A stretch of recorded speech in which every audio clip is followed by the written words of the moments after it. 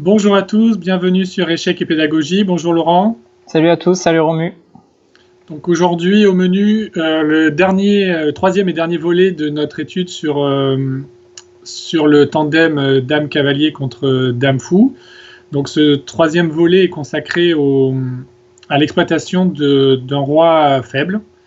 Donc on a déjà évoqué ce sujet-là. On vous a expliqué que le dame-cavalier était vraiment ce sont deux pièces qui se complètent bien dans l'attaque. Aujourd'hui, on va vous présenter quelques exemples pour illustrer tout ça. Donc, Laurent, le premier exemple donc, est tiré d'une partie entre Karpov et Timman, donc un classique joué en 1982. Ouais, tout à fait, exactement. Donc à l'époque, Karpov était champion du monde. Alors le battre, c'était difficile. Le battre avec les noirs, ça l'était encore plus. Donc qu'est-ce qu'on voit dans cette position ? Le roi blanc, pardon, est dans le coin là-bas, mais il n'est pas tout à fait bien protégé. On constate qu'il y a eu petit roc de la part des noirs et grand roc de la part des blancs. Donc les rocs sont opposés, ce qui déjà par définition doit vous inciter à attaquer. Et en plus, ici, les noirs bénéficient de ce fameux tandem dame-cavalier face au tandem dame et fou, dont on sait qu'il est particulièrement efficace pour exploiter un roi faible. Donc, dans ces positions, comment est-ce qu'il faut réfléchir ? Il faut déjà repérer quelle est la couleur du fou adverse. Ici, il est sur les cases blanches. Donc, normalement, l'attaquant, ici Timman avec les noirs, doit réussir à créer du conflit sur les cases noires. Qu'est-ce qu'on appelle du conflit ? Ça peut être des menaces, mais ça doit être aussi en premier lieu des leviers de pions. Donc ici, le coup est très naturel. Romu, je pense que A5, c'est le coup que tu aurais joué aussi.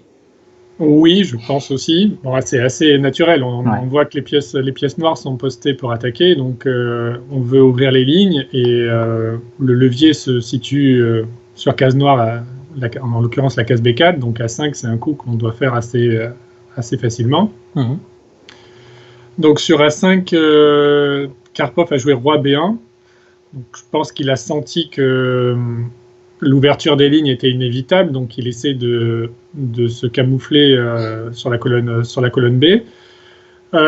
Si on peut illustrer, par exemple, s'il avait joué autre chose, par exemple un coup comme tour G3 pour tenter de faire peur entre guillemets à l'adversaire en essayant de préparer G5 ou d'essayer de trouver du contre-jeu sur l'aile roi, bah là on se lance, on continue l'attaque, on fait B4 évidemment. Qui va notamment ouvrir la colonne C. C'est d'ailleurs pour ça qu'il a joué roi B1 dans la partie. Il voulait tenir la case d'entrée des tours noirs. Et c'est vrai qu'après B4, alors bien sûr, il ne faut pas avoir peur de sacrifier un pion dans une position comme ça. Roc opposé, tandem dame-cavalier face à un roi faible. Là, ce serait ne pas donner un pion qui serait criminel. Donc on n'hésite pas à ouvrir les lignes coûte que coûte. Donc si par exemple C prend B4, qu'est-ce qui se passe là-dessus ? On prend, bien sûr, avec le pion. Donc, si pion prend, justement, tu viens de le dire, la case C1 est disponible, donc on ne va pas se gêner. Tour C1, prise, roi A2, et un coup comme dame A7 doit faire assez mal, puisqu'on menace une découverte. Et sur dame A3, il y aurait tour C2 qui attaque le fou et le pion B2, qui donc va gagner, la partie. Et si jamais, au lieu de prendre deux fois avec le pion, il prend avec la dame, ouais. Là, la colonne B vient de s'ouvrir, donc on va en profiter. On joue tour B7 et on va prendre B2. Et on voit qu'on attaque les cases noires, c'est-à-dire qu'on attaque sur la couleur inverse de celle qu'occupe le fou. Donc on est tout à fait dans la règle qu'on a déjà expliquée dans plusieurs vidéos. Donc voilà pourquoi Karpov a joué roi B1. Il a peur des entrées de la tour noire, des tours noirs sur C1. Et maintenant, Timman joue tour B7. Alors, il prépare son coup B4. Peut-être qu'il était possible de ne pas le préparer et d'y aller en force, mais bon, a priori, il n'y a pas le feu au lac pour l'instant. Et Karpov, comme tu l'as dit tout à l'heure, essaie de faire peur à Timman, ou en tout cas essaie de trouver du contre-jeu. Et là, c'est un moment quand même assez instructif, parce que je pense qu'on aurait été nombreux avec le goût du sang dans la bouche à se lancer directement dans l'attaque, mais Timman a montré la grande classe, on va dire. Oui, parce que évidemment on aurait tous envie de faire B4 sans trop réfléchir. Mais quand on attaque, il est quand même souvent avisé d'empêcher que notre propre roi soit lui-même attaqué. Et donc il faut quand même regarder de l'autre côté de l'échiquier ce que l'adversaire veut faire. Et donc avec tour G3, les blancs veulent préparer G5 et essayer d'attaquer un peu. Et donc on va essayer de garder cette aile roi fermée pour éviter tout contre-jeu et avoir les mains libres de l'autre côté sur l'aile dame. On voit bien que de toute façon, les blancs ne peuvent absolument pas s'opposer à la poussée B4. Donc nous, il suffit juste de sécuriser le roi noir et ensuite on pourra revenir sur l'aile dame. Donc il a joué le très bon coup G6. L'idée est évidemment de garder l'aile roi fermée sur une des poussées de pion, on poussera l'autre de façon à éviter l'ouverture des lignes.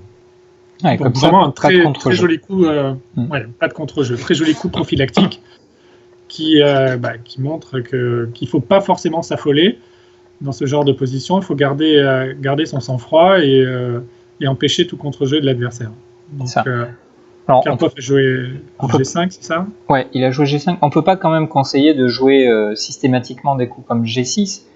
Simplement, on joue des coups comme G6 lorsqu'on est sûr et certain que ça va interdire le contre-jeu de l'adversaire. Sinon, de manière générale, lorsqu'on touche au pion du roc, finalement, ça fait plus de mal que de bien. Donc là, c'est vraiment pour faire tampon au niveau des pions. On ne veut pas qu'il y ait de colonne qui s'ouvre. Mais sinon, en règle générale, ne jouez pas un coup comme G6. Voilà, c'est seulement dans cette configuration particulière.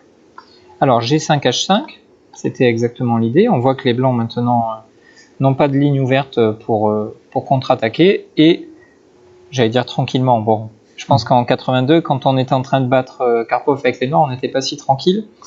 Mais voilà, après fou F1, Timman améliore la position de ses pièces.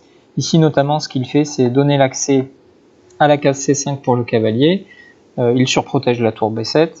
Et après dame C2, bon bah là c'est pas un scoop, hein, on s'y attendait. Maintenant le coup B4 arrive. Ouais, donc là B4, l'attaque, ça y est, est lancée, est déclenchée, et on voit que les blancs sont sans contre-jeu de l'autre côté. Donc là les noirs vont avoir les mains totalement libres. Et la dame, le cavalier et les deux tours noirs vont facilement attaquer le roi et la fin va être assez inévitable, je pense. Ouais. Donc après, Karpov a joué C4 pour essayer d'éviter l'ouverture de la colonne B. Oui, parce qu'évidemment, la cible ultime, c'est B2 sur les cases noires. Mais on voit bien, hein, le fait d'avoir vraiment créé du conflit sur les cases noires, ça a débordé l'adversaire. Donc C4 pour essayer de colmater un petit peu, et là il joue B3. B3, oui. Donc comme on l'a dit tout à l'heure, il faut absolument ne pas avoir peur de sacrifier un pion pour l'ouverture des lignes. Là, le critère vraiment prépondérant, c'est la sécurité des rois. Donc pour attaquer un roi, il faut ouvrir des lignes, et pour ouvrir des lignes, il faut souvent utiliser les pions comme ouvre-boîte. J'aime bien cette expression. Ouais, tout à fait. Et donc là, le coup B3, on plante une épine dans le camp adverse. Si le pion n'est pas pris, forcément, ce pion va être embêtant pour le roi, et notamment la case A2 va être disponible pour une pièce lourde, la dame ou la tour. Et si le pion est pris, on peut regarder. Tant qu'il n'est pas la partie. Et cavalier C5. Et là, on voit que le cavalier est parfaitement placé. Il attaque 4, il attaque la dame. La tour va coulisser sur la colonne B ou la colonne A selon les besoins. La dame, pareil. Il est assez difficile de trouver un abri sûr pour le roi. Le fou F1 est complètement spectateur. Il suffit de comparer le cavalier C5 et le fou F1 pour comprendre que, en fait, en gros, on va attaquer toujours avec une pièce supplémentaire avec les noirs. Ouais, exactement. Et puis, encore une fois, aucun contre-jeu pour Karpov. C'est pas arrivé souvent dans sa carrière qu'il se fasse dominer à ce point-là. Ouais. Donc il a préféré ne pas prendre ce pion B3, mais de toute façon il n'y avait pas de sauvetage possible. Donc il a joué dame G2, et ici, un peu étonnant quand on connaît le style très attaquant, très agressif de Timman, il a préféré la méthode douce, contrairement à son habitude. Il a choisi le coup tour B4. Quand on regarde avec un ordi, ou quand on est soi-même un joueur agressif, on va probablement plutôt penser à un coup comme dame E8, avec l'idée, entre guillemets, toute bête, de préparer la pénétration soit vers A2 comme tu l'as dit tout à l'heure, soit le doublement pour essayer à un moment donné de jouer tour A1. Enfin bref, on aurait pu s'attendre à ça de la part de Timan, mais peut-être que le fait qu'on soit au 39e coup explique qu'avec le manque de temps, il a préféré assurer. En tout cas, il a joué tour B4. Bon, c'est que partie remise pour rentrer sur la colonne A. Et maintenant, Dame H3. Alors, comment on décide là avec les noirs? En fait, je pense qu'il a dû évaluer que la finale était facilement gagnée, en tout cas pour lui. Et du coup, peut-être effectivement le Zeitnot doit être un facteur important dans sa prise de décision. Donc il a échangé les dames et il a joué cahier C5 qui attaque le pion E4 et on voit qu'on ne peut pas vraiment le défendre proprement parce qu'il y a la colonne A aussi qu'il il faut pas oublier. On peut imaginer tour A7, tour A4 et avec la pénétration des tours sur cette colonne. Donc il y a beaucoup trop de problèmes à résoudre pour les blancs. Donc, Karpov a décidé de lâcher le pion E4 et d'évacuer le roi. Et finalement, ce qui est le plus instructif, c'est justement que Karpov, comprenant que son roi était désespérément faible, a décidé de proposer un échange de dames pour entrer dans une finale qui est tout aussi désespérée. Donc voilà, certes, la vidéo s'appelle « Comment profiter du roi faible », mais n'oubliez jamais que lorsque le roi de votre adversaire est faible et que vous l'attaquez, parfois ça peut vous offrir une finale gagnante parce que ça sera le dernier recours pour votre adversaire pour ne pas se faire mater, ce sera de faire durer la partie en allant en finale, mais il ne se sauvera pas justement. Donc on ne fait pas mat, mais on gagne la finale. Ça va, ça suffit. Oui, l'attaque nous a procuré un tel avantage qu'on peut se permettre de transposer dans la finale qui va être quand même assez facilement gagnée parce que le cavalier là. Il y a trop de faiblesses sur le tour. On a des pièces actives et l'adversaire a des faiblesses. Ouais, le cavalier va aller en A4. Il a attaqué le pion B2. Alors il ne l'a pas défendu, probablement parce que de toute façon il y avait des cavaliers B6, des choses comme ça qui allaient arriver. Donc on prend le pion B2. Enfin, nous on fait rien, mais Timan prend le pion B2. Tour D4 échec pour s'assurer que le pion D5 ne nous fasse pas de misère.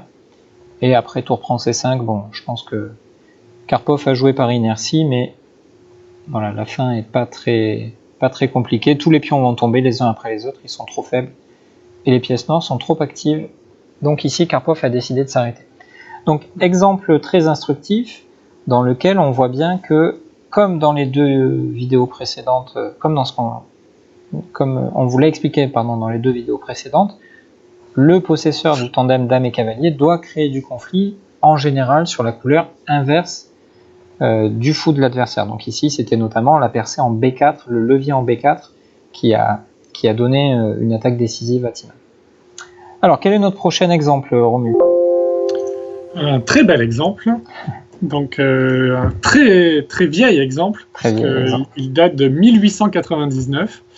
Mais justement, on va voir qu'à l'époque, déjà, les joueurs étaient très forts et avaient déjà compris pas mal de choses. Et pourtant, ils n'avaient pas eu la chance de regarder des belles vidéos comme les nôtres. Et donc, c'est une partie entre Pillsbury, donc, célèbre joueur, un des meilleurs joueurs de l'époque. Très fort joueur d'attaque. Très, très, très, très fort joueur d'attaque qui a notamment une structure privilégiée dans son attaque qui porte son nom. Donc Pillsbury avec les blancs contre Chigorin, donc il est aussi un des meilleurs joueurs du monde à l'époque. Le père des échecs russes. Ouais. Et Chigorin justement avait une préférence pour les cavaliers. Il aimait bien échanger les fous contre les cavaliers et d'ailleurs la défense Chigorin contre D4 en est le parfait exemple. Et là, donc c'est sans surprise qu'il se retrouve avec une dame et un cavalier contre une dame et un fou. Donc on voit que le roi blanc est quand même en difficulté puisque la colonne C est ouverte, il n'y a plus de pion en C2. Le fou en B1 empêche justement le roi de se cacher sur la colonne B. La tour en B6 peut coulisser sur la colonne C justement pour essayer d'attaquer. Le cavalier en B4 est posté assez agressivement également. Le pion A4 est avancé, prêt à dégainer pour aider à attaquer.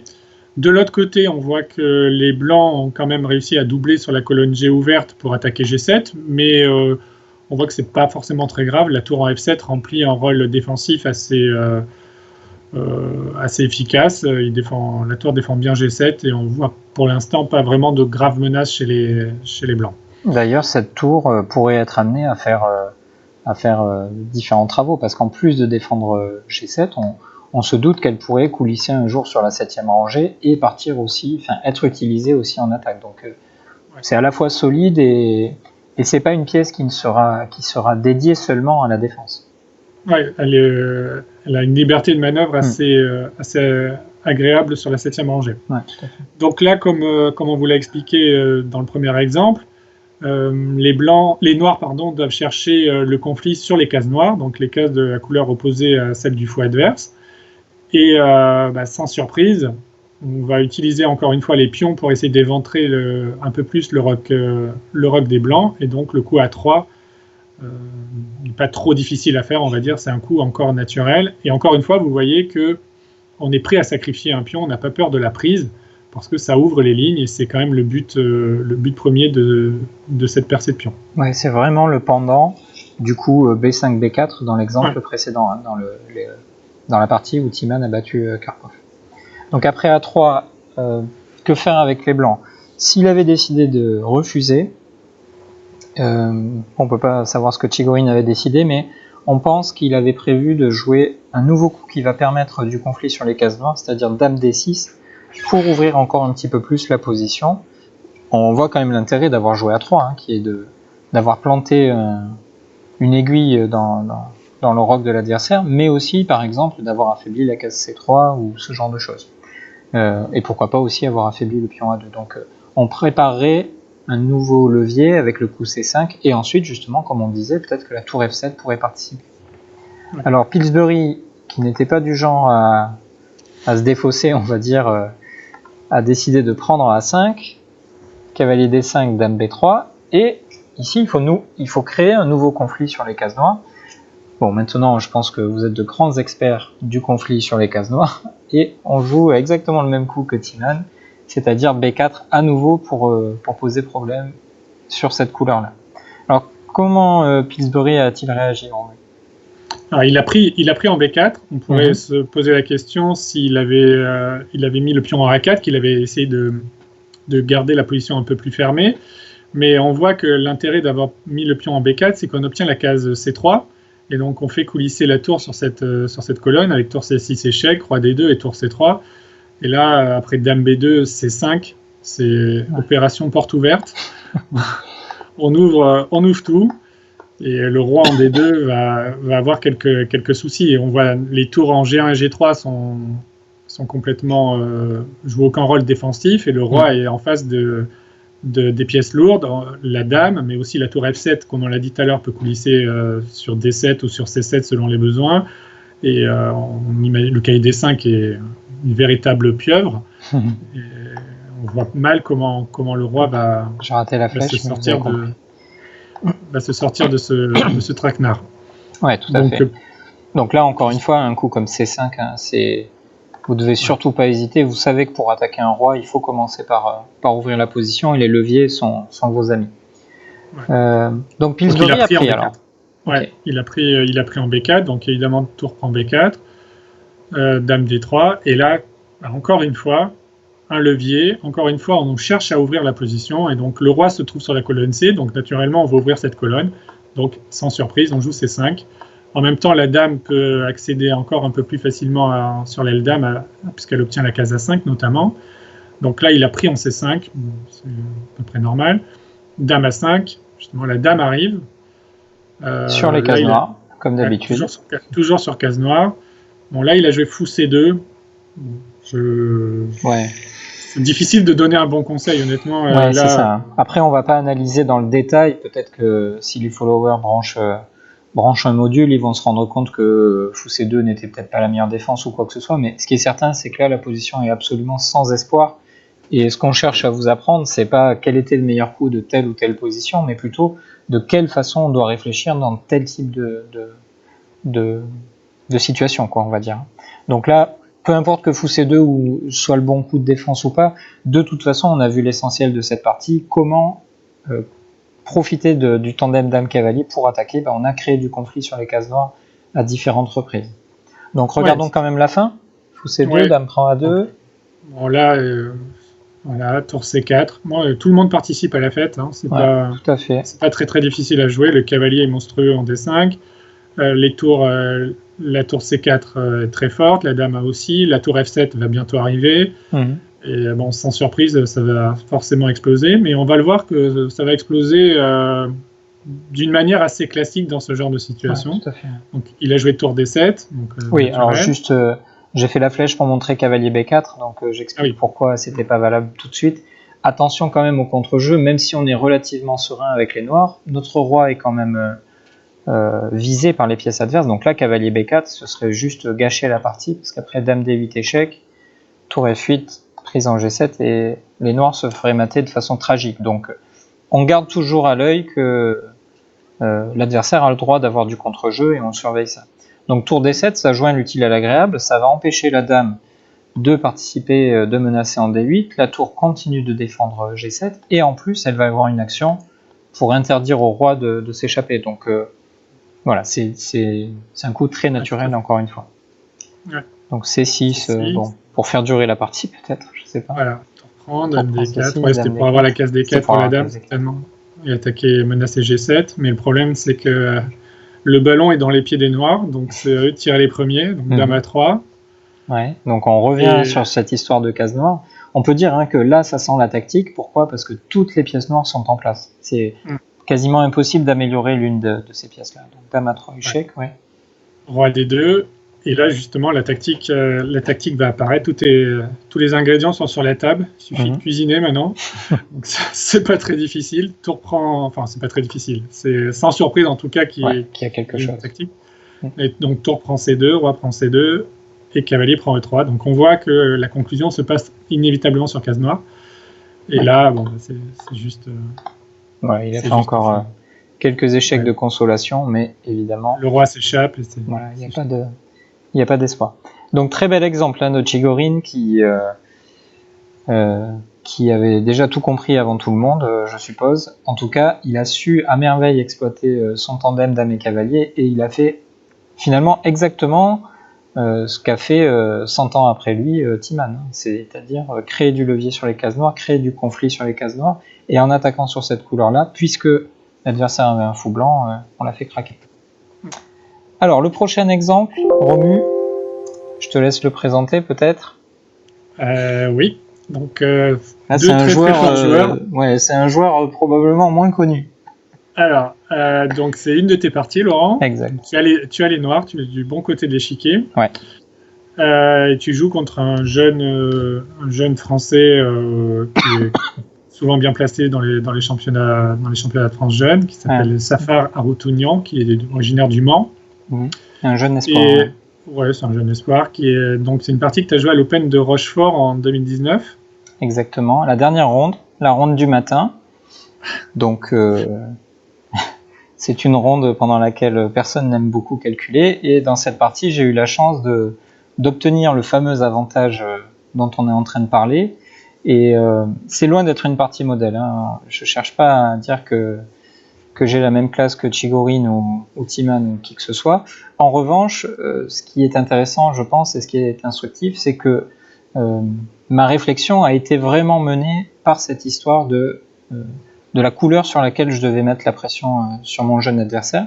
Je l'ai mal fait du point de vue tactique, mais tous les coups que j'ai choisis et qui ont finalement suffi à me faire gagner cette partie étaient guidés par cette philosophie de jeu. Donc voilà, encore une fois, on ne cherche pas à dire que Guy Darillier est un fort joueur, ça fait très longtemps qu'on sait que c'est pas vrai. On sait que c'est pas vrai plutôt.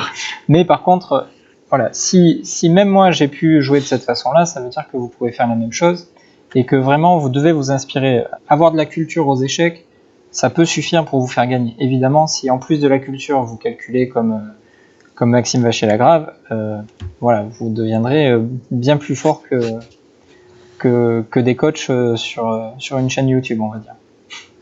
Donc, comment ça se passe dans cette position? Il est très clair que depuis que ce jeune homme a joué F4, son roi est devenu faible, ou en tout cas sensible, plus que faible, et il y a la possibilité d'obtenir le tandem dame-cavalier face à dame et fou. Pour ça, il suffit, entre guillemets, d'échanger les fous de case blanche. Alors, je ne l'ai pas fait tout de suite pour la simple et bonne raison que, ici, je pense que Safar avait prévu de reprendre avec le pion et d'obtenir du contre-jeu sous la forme de ce pion passé éloigné. Donc plutôt que de prendre moi-même, je préférerais que ce soit l'adversaire qui fasse cet échange. Et j'ai choisi donc le coup tour E4 qui met en place une troisième attaque pour le fou A4 et qui force l'échange finalement. Donc fou prend C6, dame prend C6. Et voilà pourquoi on est intéressé avec les noirs par cet échange. On obtient le tandem dame et cavalier et ça tombe bien, justement, le pion F2 a été avancé en F4 et donc les cases blanches, notamment cette diagonale est faible. On peut viser la case G2, on peut viser la case F3, pourquoi pas un jour. Donc, à partir de maintenant, tout ce que vont faire les noirs, ce sera destiné à attaquer les cases blanches. Donc moi, je connais bien la partie, évidemment. Romu, je te l'ai montré juste avant, donc tu sais que le prochain coup de mon adversaire est peut-être un petit peu discutable. Qu'est-ce que tu en penses ? Oui, bah, tu l'as dit, sachant que les noirs doivent attaquer sur les cases blanches, on peut critiquer le coup blanc, puisque Safar a choisi de jouer G3. Donc, je pense qu'il a voulu consolider le pion F4 qui est défendu par le fou et la dame, donc il a voulu donner un peu plus de liberté à ses pièces, mais malheureusement pour lui, ça se fait au détriment de la sécurité du roi qui était déjà bien entamée. Ouais, maintenant là vraiment toutes les cases blanches sont faibles.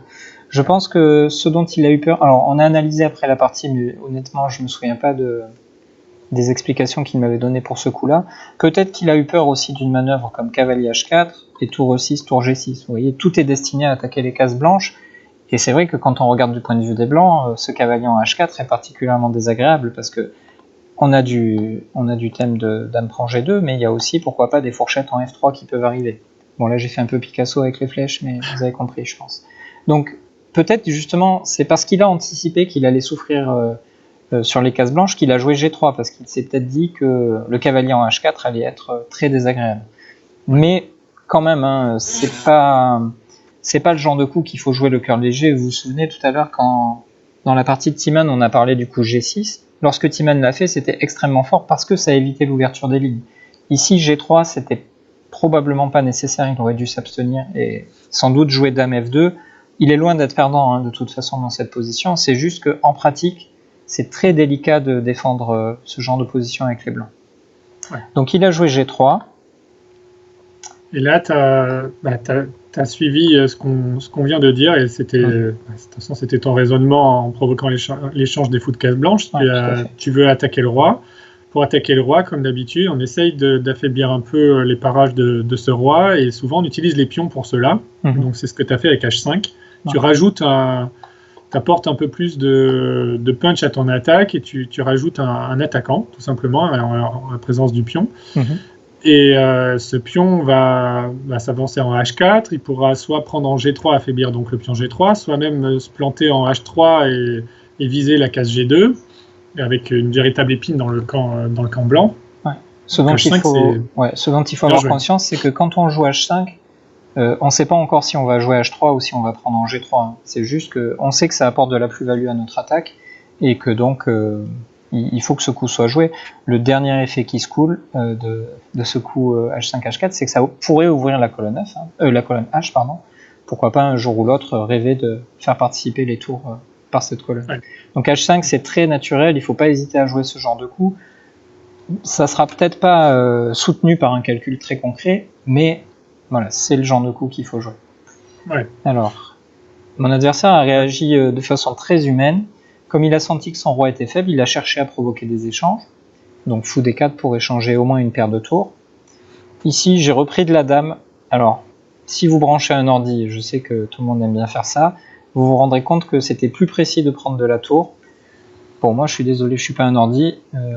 Ça m'a semblé bien plus naturel de prendre de la dame et de doubler, justement. Mais effectivement, à en croire l'ordinateur, et il y a toutes les raisons de le croire, c'était mieux de prendre de la tour.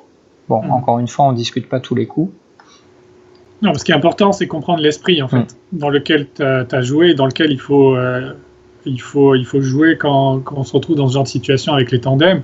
L'attaque des cases blanches, l'attaque du roi, les leviers, l'utilisation des pions pour ouvrir les lignes. Voilà. Après, là, ce sont des détails. De prendre avec la dame ou la tour, encore une fois, là, c'est la réalisation de l'avantage, ou en tout cas de la valorisation du tandem, qui peut-être laisse à désirer parce que tu n'as pas été précis, mais encore une fois, ce n'est pas le but de la vidéo. Quand on travaillera le calcul, on travaillera la précision. On n'utilisera pas mes parties.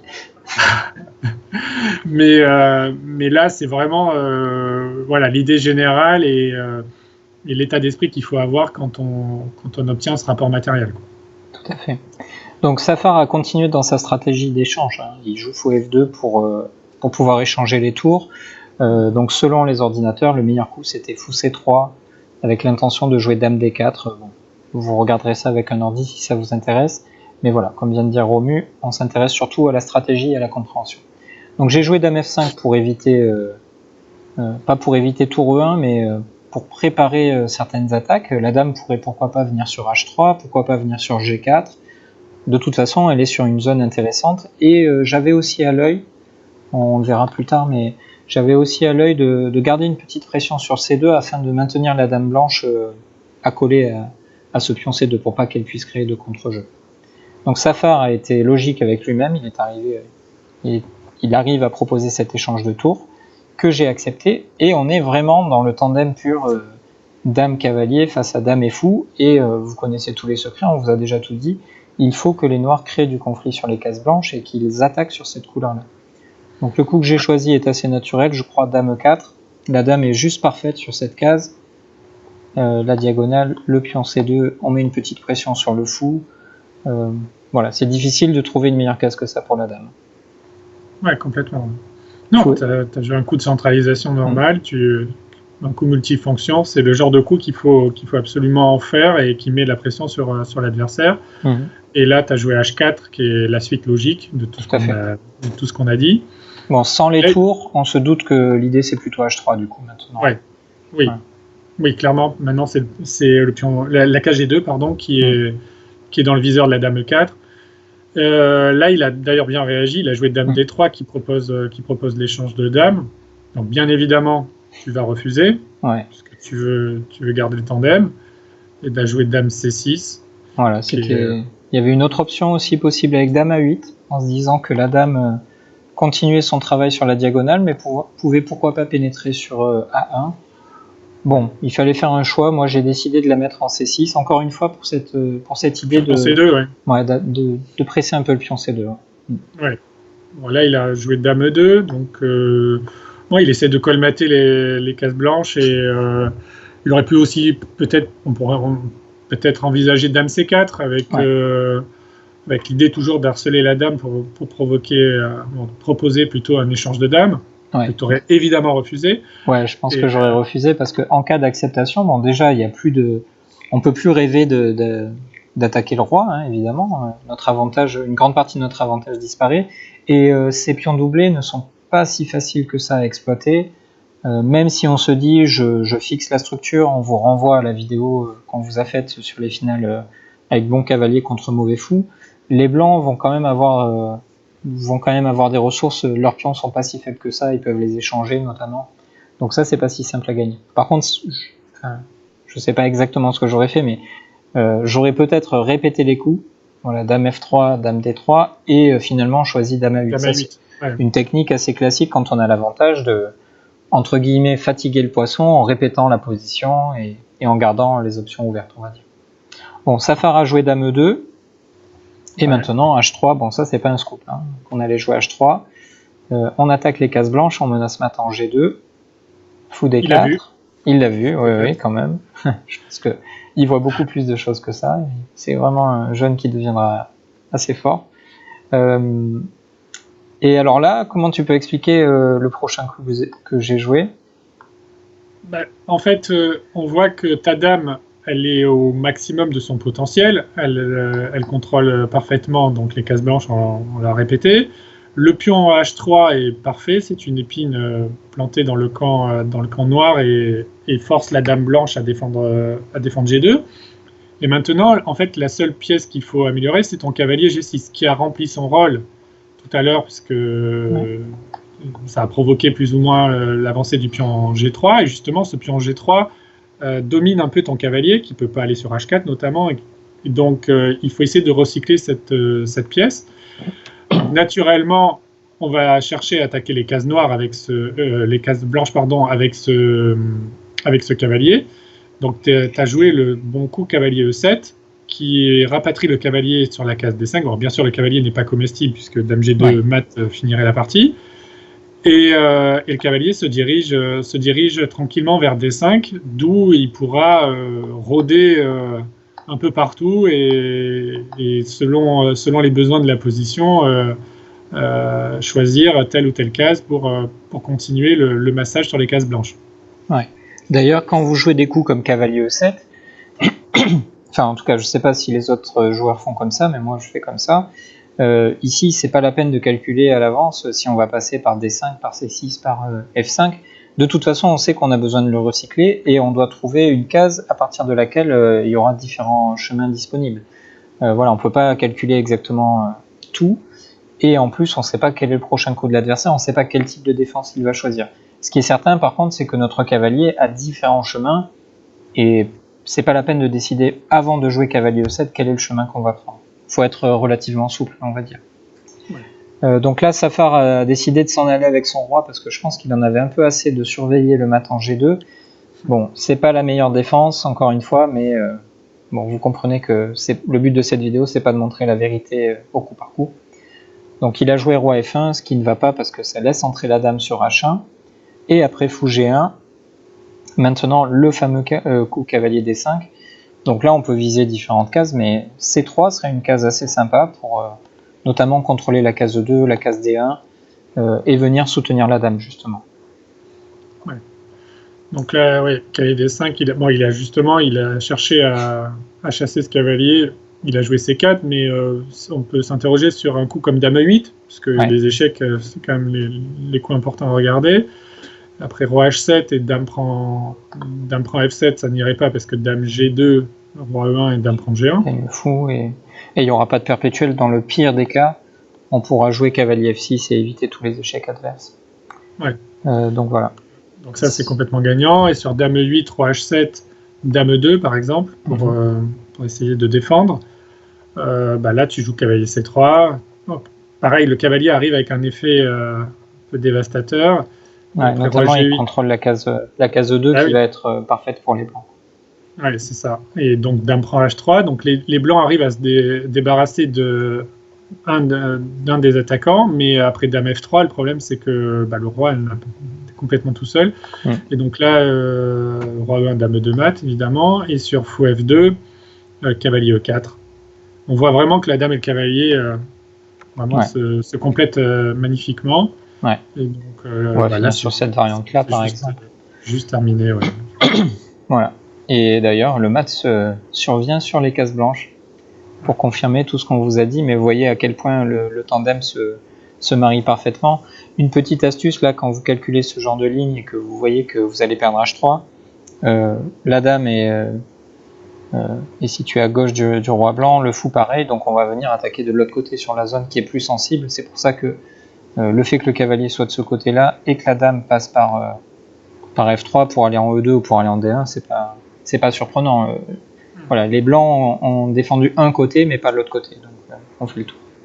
Ouais. Donc à la place, il a joué C4, qui change pas vraiment l'histoire, puisque le cavalier C3 quand même. Ça ressemble un peu à ce qu'on vient de voir. Ça ressemble beaucoup, ouais. Il a décidé de revenir sur E3, et là aussi ça ressemble d'ailleurs. Madame en H1 a obligé le fou à revenir sur G1, mais maintenant on fait le tour avec un coup comme dame C2. Alors encore une fois, c'est pas le coup le plus précis, mais je pense que du point de vue humain, c'est largement suffisant. La dame et le cavalier, se complètent à merveille pour attaquer les cases blanches, et le fou ne sert plus à rien ici. De l'autre côté, il peut même plus couvrir les éventuels échecs sur la première rangée. Donc vraiment, voilà, si votre adversaire est venu défendre un côté, vous attaquez de l'autre côté. Il a joué dame E7. Et là, par contre, il fallait calculer un petit peu. Alors, j'ai eu de la chance parce que le 40e coup était passé. J'ai eu un petit peu de temps pour m'assurer que j'allais pas me prendre un perpète. Et le coup que j'ai trouvé, c'est le coup F5.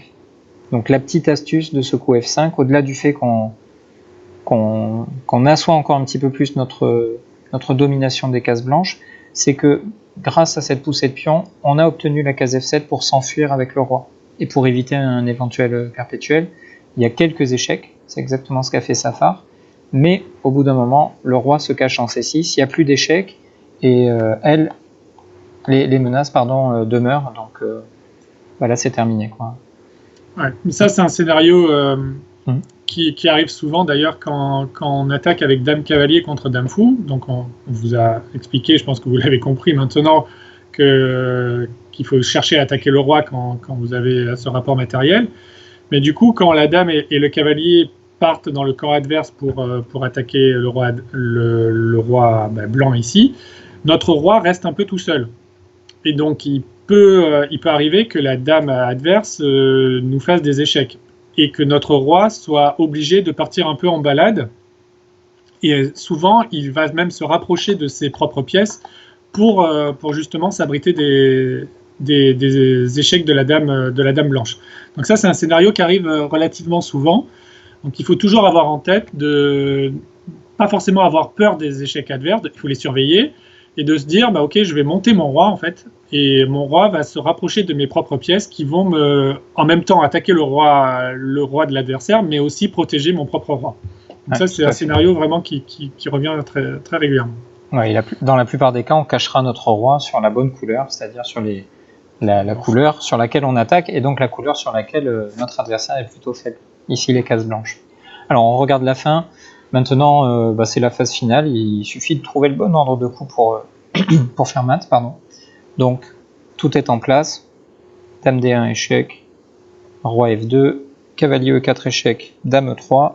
Les plus perspicaces d'entre vous verront que je n'ai pas choisi le mat le plus rapide. Dame E1 était plus rapide, mais bon, je pense pas que vous m'en voudrez. Si vous m'en voulez, désolé.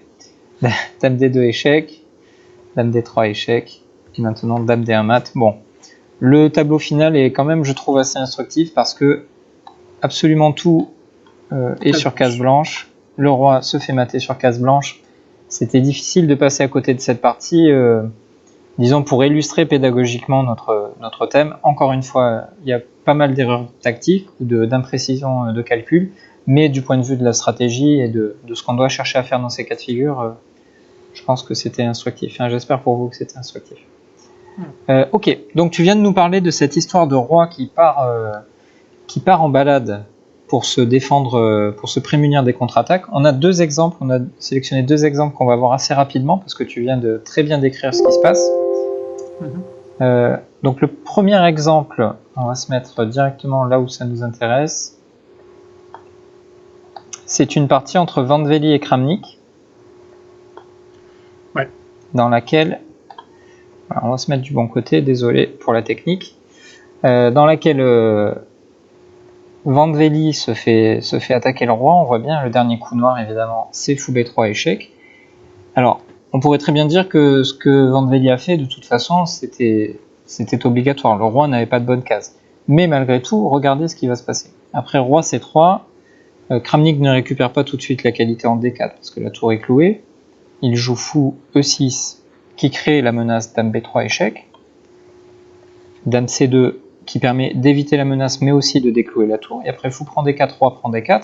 On pourrait comme ça, sans réfléchir, se dire tiens, ce roi en plein milieu, là il y a encore les dames sur l'échiquier, c'est très risqué. Mais justement, Romu, après fou D7, ici Vandveli a trouvé un abrissure pour son roi. Quelle est cette abrissure?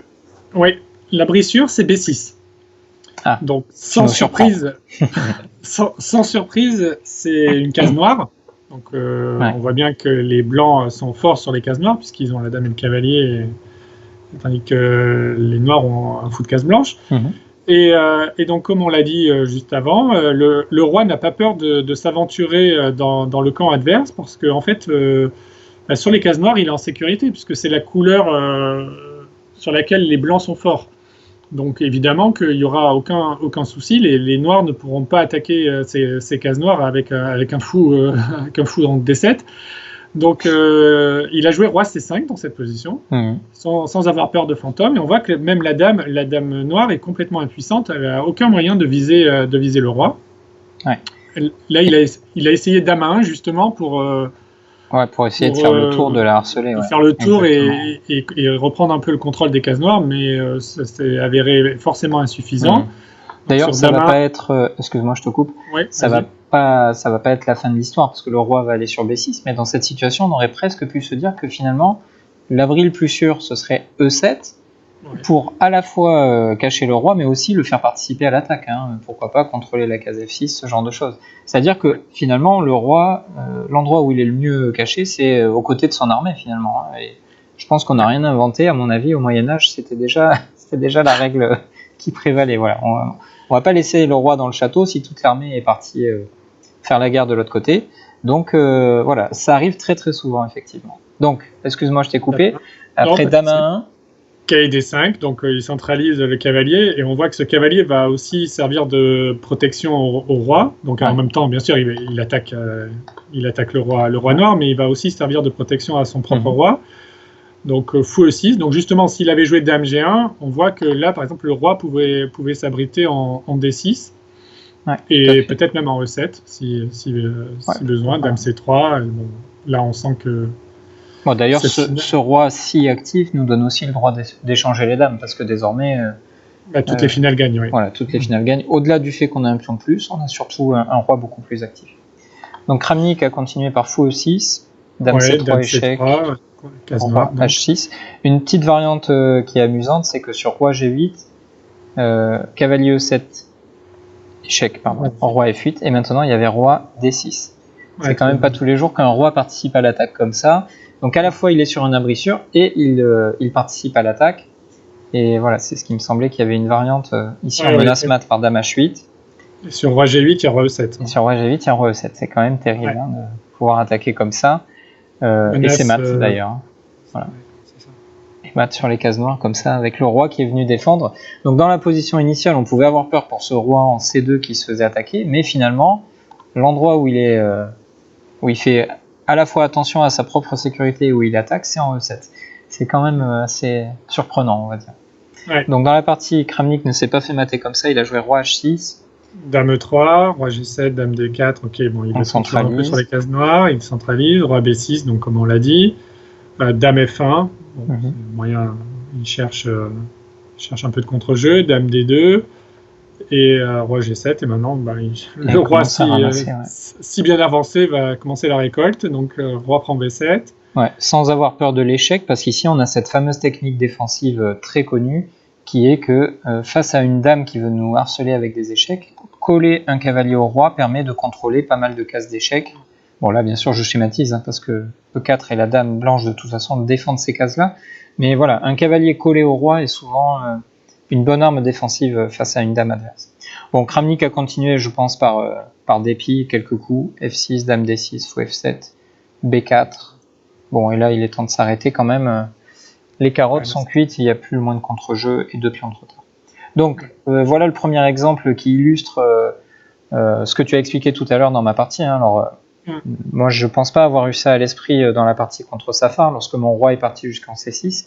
Mais force est de constater que quand on cherche des exemples avec le tandem dame et cavalier face à dame et fou, on retrouve beaucoup de parties dans lesquelles il se passe ce genre de choses. Alors on va voir un dernier exemple justement pour illustrer ça. Avec une partie de mon camarade de club, le très sympathique et très connu Glenn Fleer. Voilà, il serait très étonnant que les followers n'aient pas au moins un livre de Glenn dans leur bibliothèque. Si ce n'est pas le cas, c'est un sacrilège. Et j'allais dire, achetez les livres de Glenn. Oui, il faut les acheter, il ne faut pas les pirater, mais surtout lisez-les et apprenez de Glenn. Donc dans cette partie Romu, Glenn affrontait un joueur français qu'on connaît bien, Benjamin Bugichaud. Et ici, il y a le tandem dame et cavalier, mais c'est peut-être pas si clair en premier coup d'œil. Oui, donc on voit que, donc effectivement, on a le tandem dame-cavalier, les blancs ont un fou de case blanche, donc les noirs doivent chercher le conflit sur les cases noires. Mais avant de chercher ce conflit, ils doivent penser à leur roi, parce que si la dame s'aventure dans le camp blanc, on voit que la 7e rangée notamment peut être un souci pour les noirs, et on manque un peu de coordination pour l'instant. Donc avant de se lancer dans les opérations un peu plus sérieuses, il va falloir sécuriser le roi, et donc c'est pour ça que Glenn a joué le coup roi G7. Donc il rapproche le roi, comme on vient de le voir. Il va monter son roi en fait pour le sécuriser, et ensuite il va passer à l'attaque du roi adverse. Donc là, Benjamin, qui était en Zeinot, ne s'est pas douté de ce qui allait se passer, à mon avis. Il a joué dame B8 qu'on aurait été nombreux à jouer. Alors le bon coup, la position était équilibrée normalement. Il fallait jouer roi F2 et bon, c'était une finale très complexe. Mais Benjamin a fait ce qu'on aurait tous fait, il joue sa menace finalement, il joue dame B8. Oui, il joue dame B8, il rentre dans le camp, il joue un coup actif, on voit qu'il y a un échec en G8, même si, en fait, si on creuse un peu, on va voir qu'il n'est pas très grave cet échec, mais intuitivement, quand on est en Zeitnote, on aime bien se diriger vers les coups qui attaquent des pièces ou qui font des échecs, donc c'est exactement ce qu'il a fait, dame G8, roi F6, dame H8, et on voit que le roi monte sans avoir peur, on voit bien qu'il zigzague sur les cases noires, toujours pareil, parce que comme ça, le fou B3 est spectateur. Ouais. Il ne peut pas intervenir dans l'attaque du roi noir. Et maintenant, la dame, même la dame blanche, n'est pas capable de toucher le roi noir. Donc là, il a tenté H4, Benjamin, pour essayer de continuer les échecs. Ouais. Mais le problème, c'est qu'après roi G4, il n'y a pas de moyen de viser ce roi, et on voit que maintenant le roi s'est sécurisé, mais au-delà du fait qu'il soit sécurisé, il participe à l'attaque de son homologue en G1. Exactement. Et là, les menaces vers le roi G1 vont être dramatiques pour les blancs. Ouais. Donc si Benjamin avait pris en H6, maintenant on pouvait échanger les dames de cette façon-là et obtenir une finale gagnante avec le bon cavalier contre le mauvais fou, et un pion d'avance aussi d'ailleurs. Un peu comme tout à l'heure dans la partie Montelli. Exactement. Ouais. Du coup, Benjamin a joué roi F2 pour éviter dame E1, mais en fait, il n'y a pas de maintenant, on commence l'attaque. Maintenant que notre roi est sécurisé et il participe même à l'attaque adverse, la dame et le cavalier vont se coordonner pour viser le roi. Donc dame E7, roi F2, cavalier E5, on arrive. Dame A8, cavalier prend D3. Je crois que c'est le craquage un petit peu à la fin, il a tout donné. Voilà, c'est dame E3, dame F4 échec, et le fameux roi G3. Roi G3, voilà. Terminé. Donc il y a trop de menaces, des menaces en F2, en C1, en G2, pourquoi pas un jour. Voilà, tout simplement terminé. Donc on voulait terminer sur ce petit point qui pourrait sembler être une blague ou être juste amusant, mais vraiment en préparant le matériel pour cette vidéo notamment, et puis pour nos cours en général, vous vous doutez que ce qu'on fait dans nos vidéos, c'est ce qu'on fait avec nos élèves. En préparant ce matériel, on s'est rendu compte que c'était un scénario qui arrivait beaucoup plus souvent qu'on aurait pu l'imaginer, et c'est pour ça qu'on a voulu partager ça avec vous. Mais quand même, l'essentiel que vous devez retenir de cette vidéo, c'est la façon dont on attaque un roi adverse si on a repéré qu'il était faible, avec le tandem dame et cavalier. On respecte la règle selon laquelle on attaque sur la couleur inverse du fou de l'adversaire. Et n'oubliez pas, mais ça c'est pas seulement lorsque vous avez le tandem dame et cavalier, pour attaquer, vous devez créer du levier, utiliser vos pions, notamment sur la couleur que vous souhaitez attaquer. Romu, je ne sais pas si tu as quelque chose à nous dire pour la conclusion. Non, tout était parfait, tu as parfaitement résumé tout ce qu'on a vu, donc comme toujours. Et on espère que cette vidéo vous sera utile pour vos prochaines parties, et n'hésitez pas à nous commenter et à poser des questions s'il y a des choses que l'on doit réexpliquer. Et on vous dit à très bientôt. N'hésitez pas à liker aussi bien sûr nos vidéos, à vous abonner si ce n'est pas déjà fait, et à très vite pour de nouvelles publications. Au revoir. À bientôt.